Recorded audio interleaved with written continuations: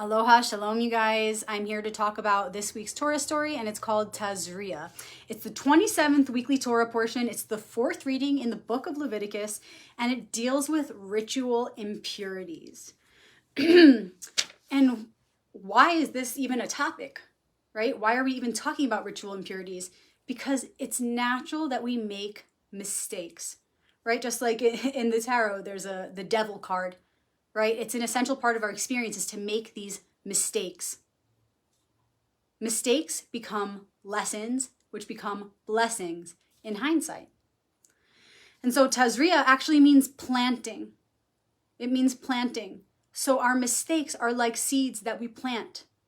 So that when we move ahead in life, even though we might not understand the mistake we even made or understand how to make that mistake right, to make up for it, we still go on, life goes on, and we gather knowledge to apply to our internal wisdom. We grow on the path, and then we can look back at those mistakes that we made, and we can continue to learn more and more from them. And so a lot of people say, don't look back, don't keep looking back at your past mistakes, just move on. But sometimes they become an essential part of our moving on. It becomes helpful to look back. There really is no such thing as back. There's really no such thing as direction from a perspective of true oneness, right?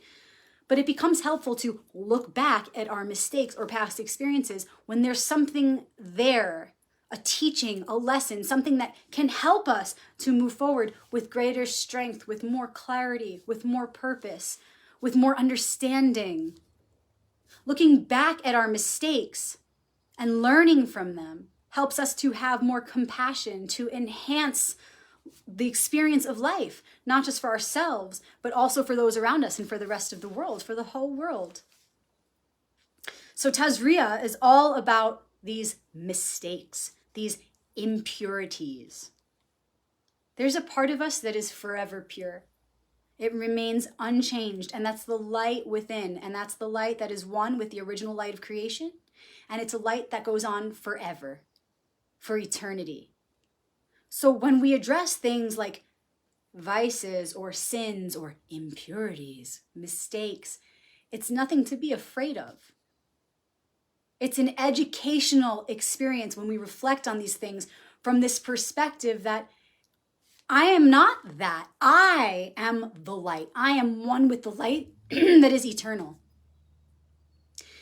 And when you really know that, when you really trust in your true nature as that eternal light, then there is no fear in examining these subjects. We can approach these concepts with an open mind and an open heart with the intention of learning and growing together with the goal in mind of bringing heaven to earth, which is our one shared goal, right? So there are punishments that are often spoken about in the Torah, and sometimes this scares people away. But when you ask yourself, what really is punishment? Is there a need for punishment? You really have to ask, it goes deep. You got to ask, well, what kind of punishments are we talking about? And, in what ways can punishments help us? Not just individually, but as a collective society. I think about, as a parent, I think about how some punishments are just completely futile. They do nothing. They serve no purpose. You think that sending your kid to their room is going to help them learn or think about what they did. But really, all they're thinking about in that room is how nasty you were to them. And they can't get over that. They feel hurt. They feel the separation. They feel pain. They feel like they feel a lack of love. And then they're in such a space where they can't even receive the light of truth or receive the light of higher awareness to actually be constructive, to actually help them to grow and not do that thing that they did that you didn't like. So how can we look at punishment from a new perspective? How can we understand that karma naturally brings punishments, right? Punishments are just consequences for our own actions. So we have to understand that on a higher level, there are punishments because they are just the consequences of our actions. What we reap, we sow. Whatever we do comes back to us. The world is like a mirror. And so think about it. The more you, and let's see these rituals that the Torah talks about as just the ritual of life, okay? Because we want to apply these messages to today, to here and now, modern world. Now let's say the ritual that they're talking about is the ritual of life. And ritual impurities means, living life in an impure way, moving about our day in an impure way versus moving about our day in what? An intentional way, a loving way, a compassionate way, a pure way. So that's really what this story is asking us to look at is when we're feeling like we're being punished by life, what was it that we've thought or said or done that has brought this into our life? And how can we see it as a lesson so that we can begin to shift our choices in thought, in speech, and in action to manifest a different situation, a different reality? So in this story, the message is that all of the difficulties we encounter are seeds that we plant to get ahead because they're not real anyway. All this fades away and all that's left is the light. So the difficulties we experience are really just those seeds that we plant for opportunities to sprout later. You go through a difficulty and you either, stay strong with your faith through the difficulty and you learn right then and there, or maybe you're just consumed by the difficulty, by the pain, by the suffering, the discomfort. But you will learn at some point, even if it's not in this lifetime. Eventually, you are going to learn from those experiences of suffering. It's not for nothing. The whole point of Tazria is telling us that our difficulties are not in vain. They're not for nothing. Every difficulty we experience, every punishment we experience is for a reason. It's teaching us, it's helping us to grow, it's helping us to be the person we came here to be. And what those exact difficulties are, those experiences of difficulty, will be dependent upon our choices right here and now.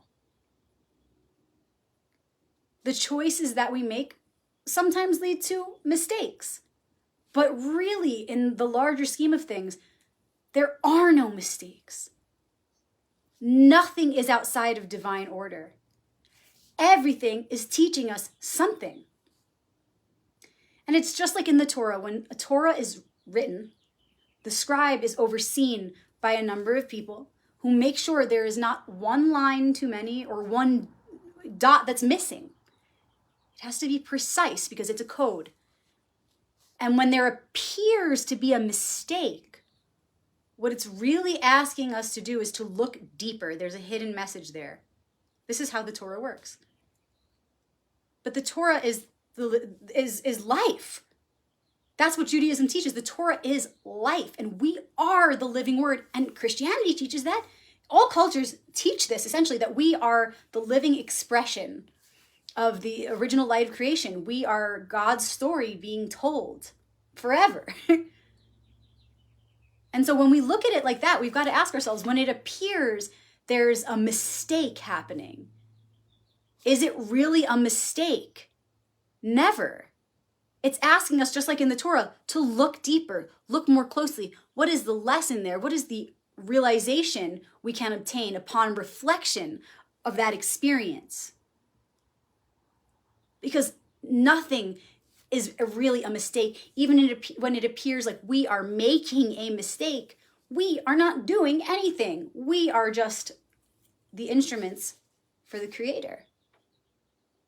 And so these experiences are inevitable. We have to make mistakes. We have to go through challenges. We have to go through difficulties. It's how we grow. We didn't come here for it to be easy. We came here to challenge ourselves in those ways that our high selves know we need.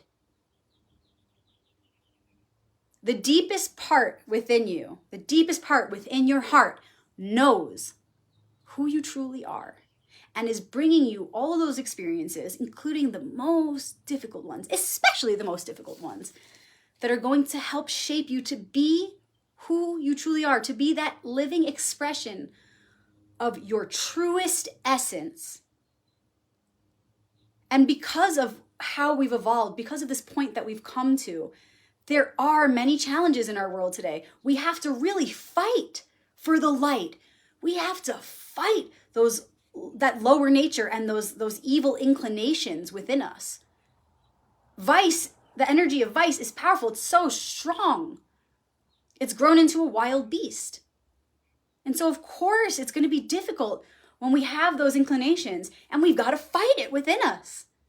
We've got to direct our willpower to go the other way, to go the opposite way. That takes great strength. In fact, it takes strength that's so much greater than any manpower you've ever come across. It takes the strength of the Creator.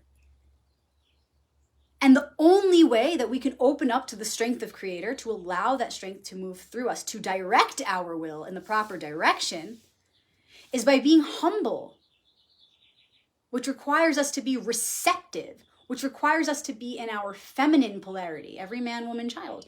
We all have that. We're all made up of these polar forces.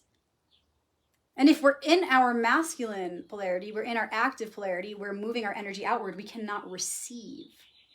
In order to receive the strength of the Creator, we need to be open, the feminine. We need to be receptive. We need to be humble. And then that strength can come in, that power can come in and redirect our will. You see, we're here to strengthen our will. We are not here for things to just be easy. The transformation and the alchemy happens when we take one thing and we turn it into something else. And that requires true effort. You don't get a gold medal for being kind. But in a way, when you want to really be unkind and you really fight to just actually be kind in that moment when you wanted to do the opposite, in a way, you sort of do get a gold medal for that in the form of our collective evolution. And that is everything. That is the greatest purpose. That's why we're here. There's nothing that can make you feel greater than fulfilling this purpose. There's no material thing that will be more fulfilling to you than the achievement of this goal of directing your will to do good, be good, serve, bring heaven to earth.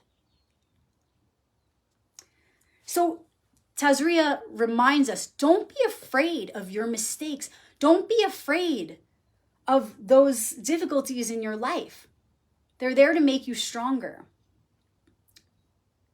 And the sooner you can accept that, the sooner you'll grow to the next level of who you truly are.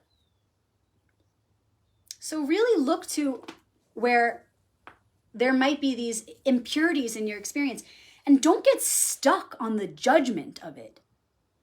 Don't get stuck judging yourself or, on all the details, the circumstances around this situation where you messed up. Instead, ask, how can I work with this? How can I learn from this to be better than I would have been had this not happened? And one of my favorite quotes is this right here. Turn regret into resolve. Turn regret into resolve. And that's alchemy. When you want to feel regret, which does nothing for the one, it does nothing for you or any of us to regret. It's a low frequency. When you want to turn that into resolve, you're performing alchemy. You're moving from vice to virtue, from darkness to light. You want to regret, but it's not going to get you anywhere. It's going to bring you more suffering. So you turn that regret into resolve so that you can progress, which brings more bliss, more joy, more vitality, health for all of us when you do that. So look to where in your life, and I want to say it like this. I want to reframe this. Don't just look to where in your life there's an impurity, because right away then you might be coming from a more limited perspective. Instead, look to where there can be more purity. And what are those words? What do those words even mean? I invite you to reconsider the definition of those words, impurity and purity. You create the definition for yourself. Don't just take everybody else's definitions of those words, redefine them right here, right now. And if you resonate with the definitions that others have provided, by all means, continue to accept them, but do so from a space of presence and intention. Okay, so start there. Define purity. And you'll know what the opposite is, what impurity is. And ask yourself, how can I bring more of that purity into my experience? And I'll share with you what I believe personally, purity is being an expression, being an embodiment of that original light of creation. That is the essence of who we really are. And being pure just means connecting to that. You are always pure. There's a part of you that's always pure that cannot be changed. So it's just about scrubbing off the dirt. You don't lose your purity. It can never be lost. It's always right here, right now, present. It's a matter of tapping in. It's a matter of lifting the veil. It's a matter of scrubbing the mirror clean so that you can see a clear reflection. So when I ask myself, when I come to this story, Tazria, and I ask, how can I bring more purity into my experience? It's about asking, what programs have I set in place mentally, emotionally, physically, that are not creating the most ease and grace, not creating the most opportunities to insert the light of the virtues into this world? Where have I been, having certain thoughts, saying certain things, doing certain things that are promoting more impurity? Because that's what I'm not. That's what we are not. And I want to perform rituals, or the ritual is life, right? So I want to live life ritualistically in a way that's going to support our collective purity, which means I want to think, speak, and act intentionally in a way that's going to purposely allow for this light to be shown in the world, for this light to be revealed. Again, it's all already here. It just wants to be revealed. So I want to ask, where in my life have I been limiting that light from being revealed? Where have I been covering that light? And from a very real perspective, it's when I'm not speaking the kindest, when I'm not having compassionate thoughts toward myself or others, when I'm not being honest, when I'm not being patient, when I'm not being kind. It's all of the vices. So you can ask yourself, where in my experience, in this ritual of life, have I been promoting vice and not virtue? Learn from that. Remember, turn regret into resolve. Don't get stuck then upon reflection of a memory. Rather, use it to move ahead and to start doing the right thing. Doesn't matter how many times you did the wrong thing. What are you going to say? Oh, I've always done the wrong thing, so I'm just going to continue to do that. I've always been the villain, so that's what I'm comfortable with. I'm going to be the villain. Absolutely not. It's about saying, wow, these things that I've been doing are not really who I am. They don't make me feel good, and they don't serve creation. They promote suffering and decay, death. It doesn't feel good. And so I know that I always have the opportunity in each moment to turn it around. So even though I might have done the wrong thing again and again, now that I understand wrong from right, I'm going to do the right thing. Like Maya Angelou says, do your best until you know better. Then do that. And it's actually your duty to do that. Not just, to the outside world, but within. Because all of this is a reflection of this, what's within. So when you know there's a better option, when you know you can do better and you don't do it, you only hurt yourself. And yes, we are all a part of that one self, but really it starts with you. Why would you want to do that to yourself? Why would you want to hurt yourself? Why would you want to suffer? Why would you want to age faster? Do you really want that? Just know that in each moment lies the opportunity for you to make a change. For you to stop giving in to that lower nature, stop giving in to those evil inclinations, get a hold of yourself, strengthen your will, and redirect it in the other direction. Okay, and there's something else I wanted to share with you guys about this idea that, Tazria, planting, these mistakes are seeds that we plant for later to get ahead. You can take a mistake that you've made in your past, and you can either be very upset about it and, again, get stuck there and regret. But it's not going to get you anywhere, right? Instead, what I invite you to do, you could try this, practice this, and start now. There's never a better time to start than now. Look back to a mistake you made. Oh, and the best ones are in childhood, because that beginning of this lifetime represents the beginning of all lifetimes, right? So it's very powerful. It's this powerful work. Pick a mistake, something that maybe is a lot of regret or shame around that you did as a child, or as far back as you can remember at least. And remind yourself, wow, I've come so far since then. And although I can't go back in time literally, in the realm of consciousness, it's timeless. So in my consciousness, I can heal that moment, the effects of that moment, more powerfully than I could have at that time. In fact, if that mistake never happened, I would not have the material to reflect upon now to then be able to do this powerful healing. It's like we have these mistakes throughout our lives, almost like holes that we leave open, like potholes in the road, or like knots that we just left and never undid. So that later, after we've gathered much experience, we've tapped into that wisdom, we've gathered knowledge, we've grown so much. Now, in consciousness, I can go back and I can heal those things for the future. Yes, those mistakes have had an effect. Of course, everything has consequences. However, because I am now a stronger and wiser person, I can heal those effects right now in a way that I never would have been able to then. In fact, if that mistake never happened, I wouldn't even have this opportunity, this vessel to do this healing. Remember, without the challenge, there's no chariot. Without the challenge, there's nothing to transcend. Don't be fooled. Don't forget. The material circumstances of the challenge are not even real. None of this is. It fades away, and only what's left is the light. All that's left is the light. So from this perspective, and this is the essence of the story of Tazria, we can open our minds and our hearts to this fantastic idea that mistakes are a profound part of our experience, and they absolutely are seeds that will later grow into beautiful things if we can maintain that trust. And if we can maintain this perspective that without that challenge, we would never have the healing.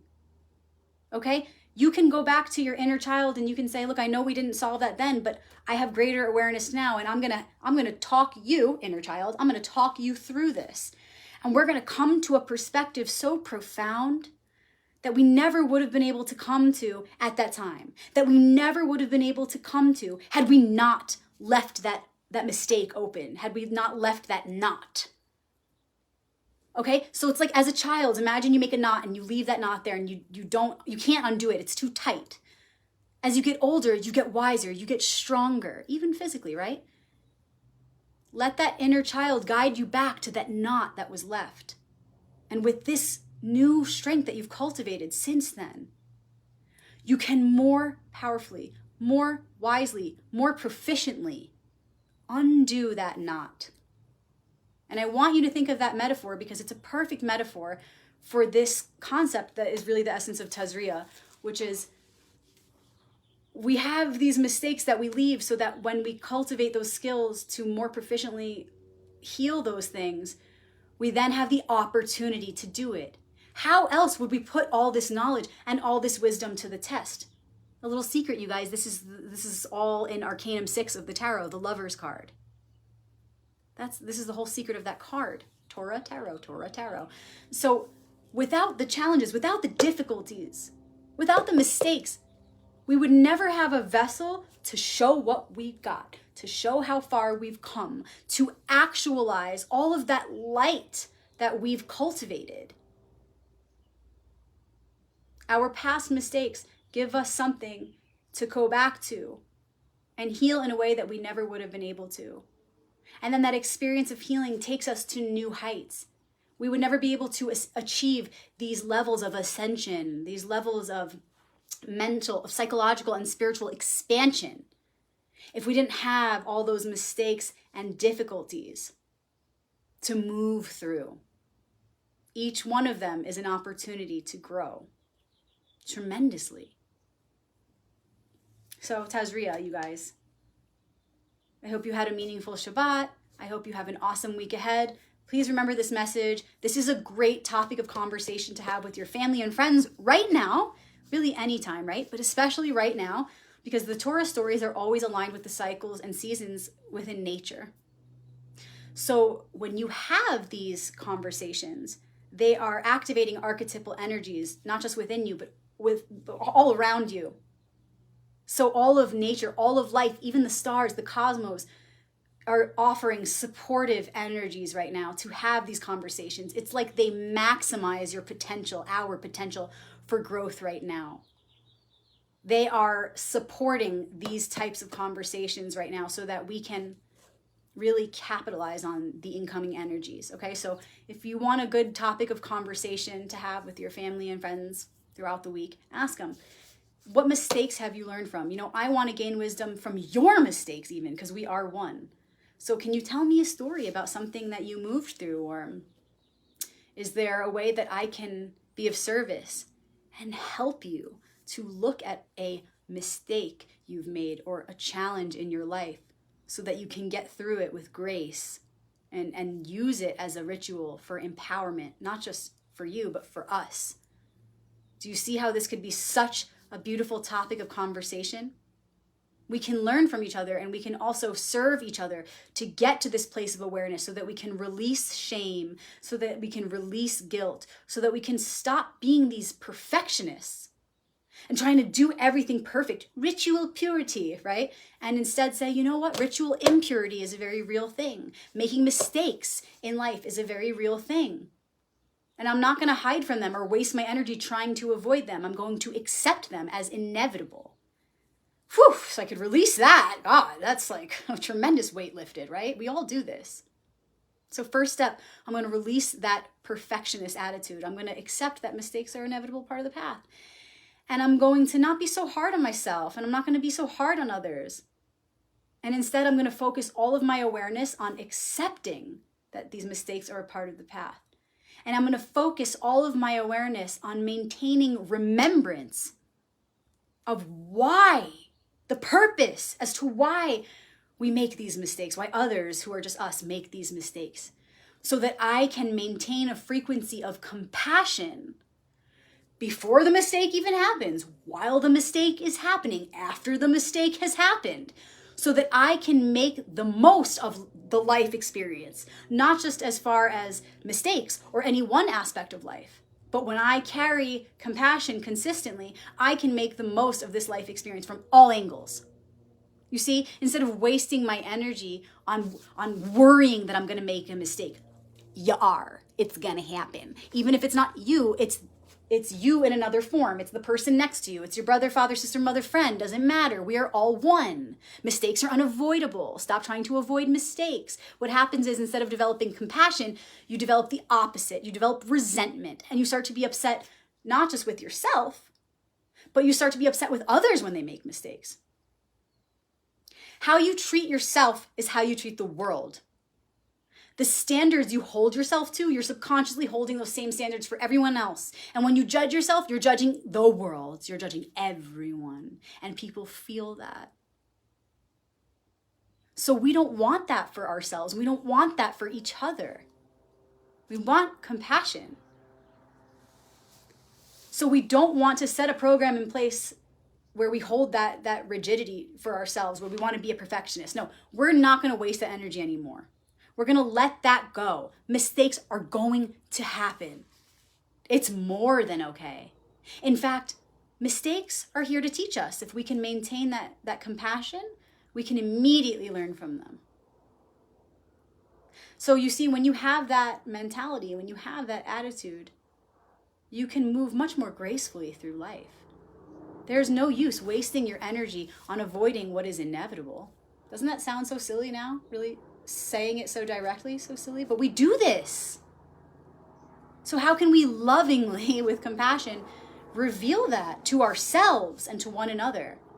This foolishness of this concept of trying to avoid that which is inevitable, trying to avoid mistakes, trying to be perfect. No one's perfect. In fact, the imperfections are perfect. What are words anyway? Can be very confusing. But there's nothing outside of divine order. Everything that happens is meant to flow in that way. So instead of wasting our energy on this foolishness, we can instead conserve it and put it toward remembrance of who we truly are, the light of compassion. So that when we remember we are that, we can continue to be that consistently. And maintaining that light of compassion helps us to move through our mistakes with the greatest awareness so that we can make the most of them later. Shalom, you guys. Thanks for sitting with me through this Torah story. If you want to share this video with your friends and family and they're not on Facebook, I am about to load it as usual to Instagram, Rebecca Magic, and youtube.com/Rebecca Magic. So you can share from any of those platforms. Feel free to subscribe to me on YouTube. It's a totally free channel, and then you don't have to deal with all the Facebook stuff. It's nice and easy. We do this every week. I go live and do the explanation, the Kabbalistic explanation of the current Torah story. We have a private group on Facebook called Shabbat Crew, Shabbat Crew, and it's where we meet and talk about these stories and talk about Jewish mysticism, Kabbalistic concepts, and it's for anyone who wants to receive the codes. They're for everyone. And that's it. I just love you. Thanks for tuning in from your part of the world. So much love. I'm really excited to do this work with you guys this week. Work on more acceptance of our mistakes. Not being, an nihilist or anything, but really rewiring those programs that limited us from seeing in this way. Rewiring our thoughts so that instead of resisting that which is inevitable, we can welcome it from a higher perspective so that as it happens, we can move through it in a way that's going to promote the most growth and healing and production of light in this world. Shalom. See you soon.